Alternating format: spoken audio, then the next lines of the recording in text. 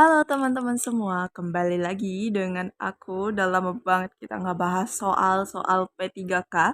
Nah, jadi hari ini aku kembali untuk membahas soal ini. Gimana teman-teman, aku so excited banget pastinya untuk membahas ini. Dan udah lama banget kita nggak ketemu. Oke, tanpa lama-lama kita langsung aja ke videonya. Tapi sebelum ke videonya, jangan lupa di like, comment, subscribe, dan nyalakan lonceng notifikasinya supaya kalian nggak ketinggalan video terbaru dari aku. Oke, ini dia langsung aja kita baca ke pertanyaannya ya. Bagaimanakah sikap yang seharusnya dilakukan bidan? Nah, kita lihat case-nya dulu nih. Perempuan usia 30 tahun G1P0A0 hamil 32 minggu datang ke PMB dengan keluhan nyeri perut hebat dan keluar darah dari kemaluan. Hasil anamnesis baru datang dari luar kota dan belum pernah ANC ke bidan. Hasil pemeriksaan tekanan darah 120/80, nadi 80, suhu 37, pernafasan 20, TFU 30, DJJ sulit terdengar, darah warna hitam. Bidan mempersiapkan rujukan namun keluarga menolak untuk dirujuk. Oke teman-teman, dari tanda-tanda ini, nah itu kira-kira mengarah ke mana? Ke solusio plasenta. Nah, kita curiganya ke solusio plasenta, teman-teman. Makanya lah si bidan ini mempersiapkan rujukan karena dia curiga solusio ya, dirujuk ke rumah sakit supaya lebih pasti nih untuk menegakkan diagnosanya, teman-teman. Oke, jadi diagnosa sementaranya itu ada solusio plasenta ya. Nah, jadi tapi keluarganya itu menolak. Bagaimanakah sikap kita sebagai bidan? Oke, teman-teman. Nah, di sini kompetensi bidan itu menjadi dasar ya dalam memberikan pelayanan kebidanan secara komprehensif, efektif, efisien, dan aman berdasarkan evidence base kepada klien, teman-teman. Nah, dalam bentuk upaya promotif, preventif, kuratif, dan rehabilitatif yang dilaksanakan secara mandiri, kolaborasi, dan rujukan juga. Nah, adapun area etik legal dan keselamatan klien yaitu pertama, memiliki perilaku profesional, yang kedua, mematuhi aspek etik legal dalam praktek kebidanan, yang ketiga, menghargai hak dan privasi perempuan serta keluarganya, kemudian menjaga keselamatan klien atau pasien dalam praktek kebidanan. Oke, teman-teman. Nah, di sini kan kita untuk menyelamatkan nyawa ibunya ya, teman-teman. Jadi di sini kita harus menjelaskan kembali nih resiko dan komplikasi yang terjadi jika pasien tidak dirujuk, teman-teman ya. Di sini kan kita tujuannya untuk menyelamatkan ibu dan bayi. Nah, jadi jawabannya yang tepat itu adalah yang A, teman-teman. Jadi kalau misalnya ada keluarga menolak, kita jelaskan, kita beri edukasi ulang. Nah, seperti itu ya teman-teman. Jadi diharapkan dengan edukasi tersebut, keluarga jadi mau untuk dirujuk, teman-teman. Jadi nomor 1 jawabannya adalah yang A. Oke, lanjut ke soal nomor 2. Oke teman-teman, lanjut ke soal nomor 2. Nah, ini kita langsung aja baca ke pertanyaannya. Apakah tujuan tindakan yang dilakukan pada kasus tersebut? Oke, kasusnya adalah wanita usia 26 tahun P1A0 nifas hari kedua datang ke PMB. Hasil anamnesis ASI belum lancar keluarnya, ingin produksi ASINya banyak secara alami agar bisa memberikan ASI eksklusif pada bayinya.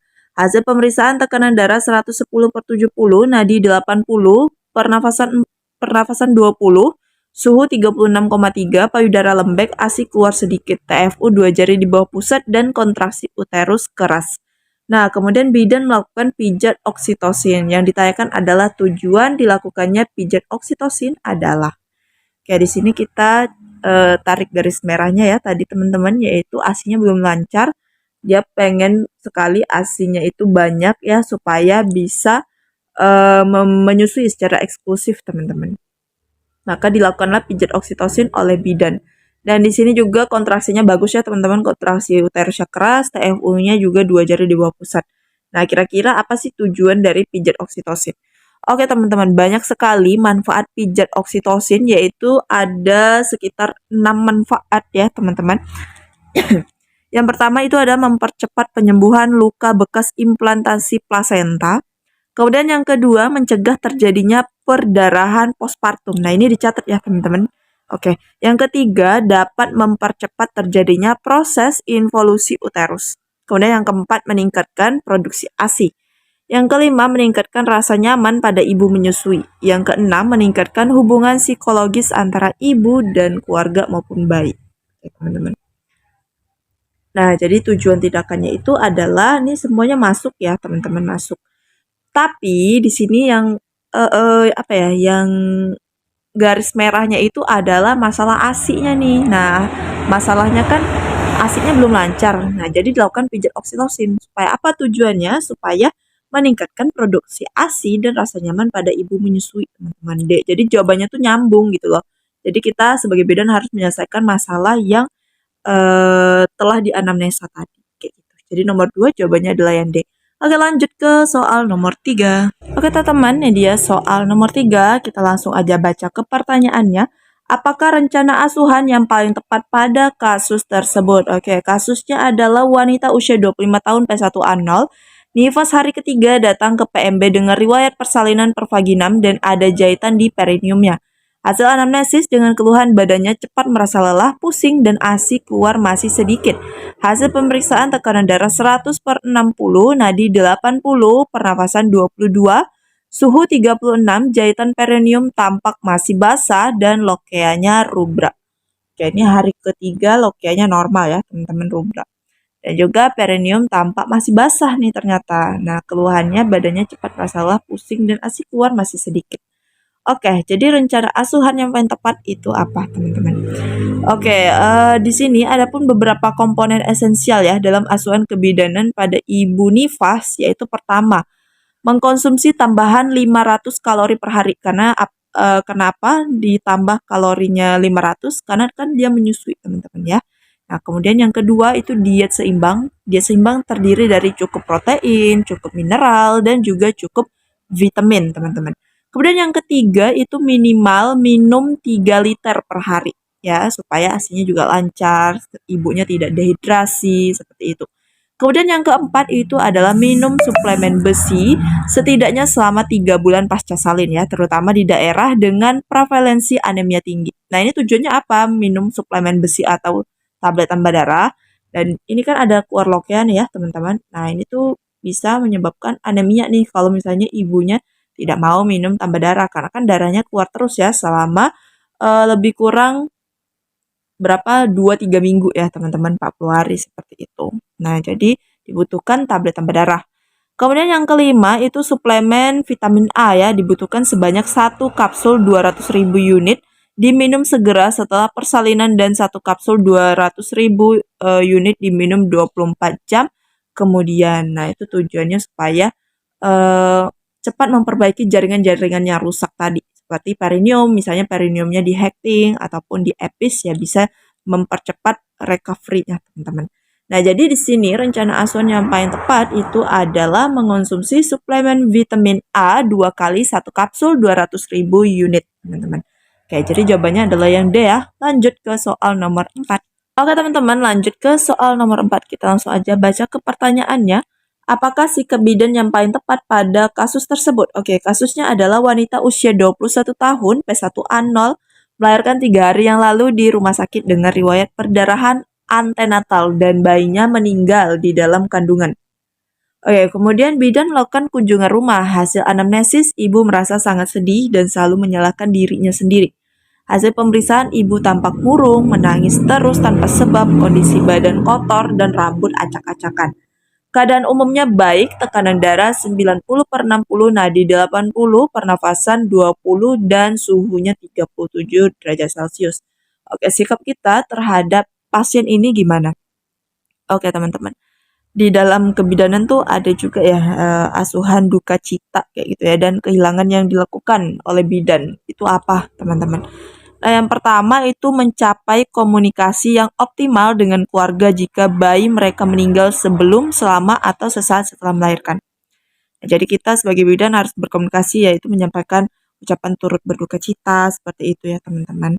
Kemudian memastikan ibu dan pasangan sepenuhnya menyadari ataupun memahami ya pilihan yang terbuka bagi mereka untuk membuka diri dan penerimaan terhadap duka cita dan kehilangan yang dihadapi oleh ibu dan pasangannya. Kemudian membantu ibu dan pasangan menghadapi realitas situasi ya saat mereka berduka cita atas kehilangan bayi mereka. Nah, jadi ini tidak terus-menerus menyalahkan dirinya sendiri, teman-teman. Jadi bidan selain komunikasi yang baik ya juga berempati, bertindak profesional, memberikan support ya seperti itu. Kemudian bidan bertindak sebagai pendukung keluarga, empati terhadap sensitivitas keluarga sambil mempertahankan ruang lingkup profesionalnya. Kemudian memastikan bahwa tradisi budaya dan agama keluarga dihargai. Dan yang terakhir itu adalah memberikan konseling yang tepat dan dukungan terhadap tindak lanjut asuhan. Oke, jadi di sini sikap bidan ya, kita sebagai bidan itu menghadapi kasus seperti ini yaitu adalah jawabannya yang paling tepat itu yang D. Bidan bertindak empati dan profesional terhadap pasiennya. Jadi kita berempati ya ke pasiennya itu karena baru saja mengalami kehilangan seperti itu. Bertindak empati, memberikan support ya, tapi harus tetap profesional kayak gitu. Jadi jawaban yang paling tepat itu adalah yang D. Oke, lanjut ke soal yang terakhir. Oke, lanjut ke soal yang terakhir. Kita langsung aja baca ke pertanyaannya. Apakah tindakan yang paling tepat pada kasus tersebut? Oke, di sini kita lihat dulu ya pertanyaannya. Wanita usia 26 tahun P2A0 nifas hari kedua datang ke PMB dengan keluhan perdarahan 1 hari yang lalu. Hasil anamnesis, darah keluar menggumpal berwarna merah. Hasil pemeriksaan tekanan darah 100/70, nadi 90, suhu 36,2, TFU setinggi pusat kontraksi baik, tidak ada laserasi jalan lahir, dan sedikit nyeri tekan pada perut bawah.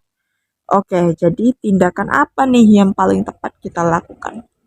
Oke, di sini dilihat ya, dia nifas hari kedua. Kemudian keluar darahnya menggumpal nih, warna merah. Oke, kita curiga ini tuh sisa-sisa plasenta yang belum bersih atau bagaimana, teman-teman. Kemudian ternyata didapatkan TFU setinggi pusat. Harusnya kalau hari kedua itu TFU-nya tidak lagi setinggi pusat, tapi di bawah ya, teman-teman, yaitu sekitar 2 atau 1 jari di bawah pusat seperti itu. Nah, tapi di sini didapatkan kontraksinya baik. Oke. Nah, teman-teman, untuk penata laksanaan kasus seperti ini, yaitu kasus perdarahan postpartum sekunder ya. Nah, itu dilihat dari 4T, teman-teman. Apa aja 4T itu? Oke, 4T ya. 4T itu adalah yang pertama, tonus, teman-teman. Tonus. Kemudian yang kedua itu ada trauma. Yang ketiga itu ada tisu.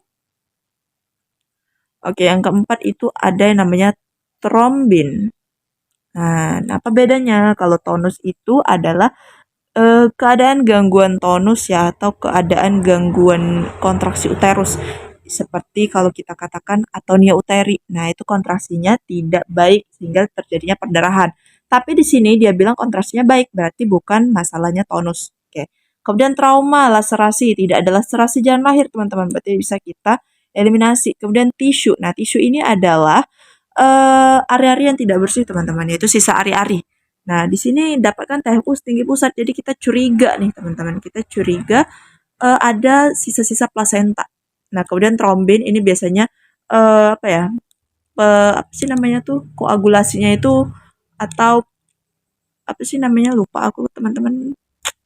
Ya, pokoknya bagian koagulasinya itu bermasalah, teman-teman. Nah, tapi di sini itu curiganya adalah sisa ari-ari. Makanya kategorinya mungkin tisu. Nah, jadi tindakan yang paling tepat adalah melakukan eksplorasi digital, teman-teman ya. Jadi kita lakukan eksplorasi digital seperti itu untuk mengetahui penyebabnya apakah karena ari-ari yang tertinggal seperti itu. Oke, jadi nomor 5 jawabannya adalah yang D. Oke, mungkin kalian pusing ya, tapi kalau misalnya kalian nontonnya nggak skip-skip, kalian pasti bisa ngikutin alur ini. Karena kalau nggak aku tulis, takutnya lupa ataupun nggak tahu nih cara penulisannya kayak gimana, teman-teman. Jadi biar enak aja aku jelasinnya seperti itu. Nah, untuk soal yang terakhir itu jawabannya adalah yang D. Oke, teman-teman, segini aja ya 5 soal dari aku. Semoga bisa bermanfaat untuk persiapan P3K kalian yang sebentar lagi ya. Nah, misalnya kalau kalian pengen untuk uji coba atau butuh soal-soal yang bisa apa ya, soal-soal seperti tes CATBKN, teman-teman yang ada waktunya, itu bisa banget kalian bergabung atau join ke dalam Sobat P3K karena di situ udah lengkap banget, ada soal teknis kebidanan, manajerialnya, sosiokultural, dan juga wawancara. Selain itu juga ada e-book P3K, teman-teman. Jadi kalian tinggal order aja semua yang udah aku sebutin itu, dan semuanya udah aku cantumin di dalam description box aku. Jadi tinggal diklik aja description box-nya.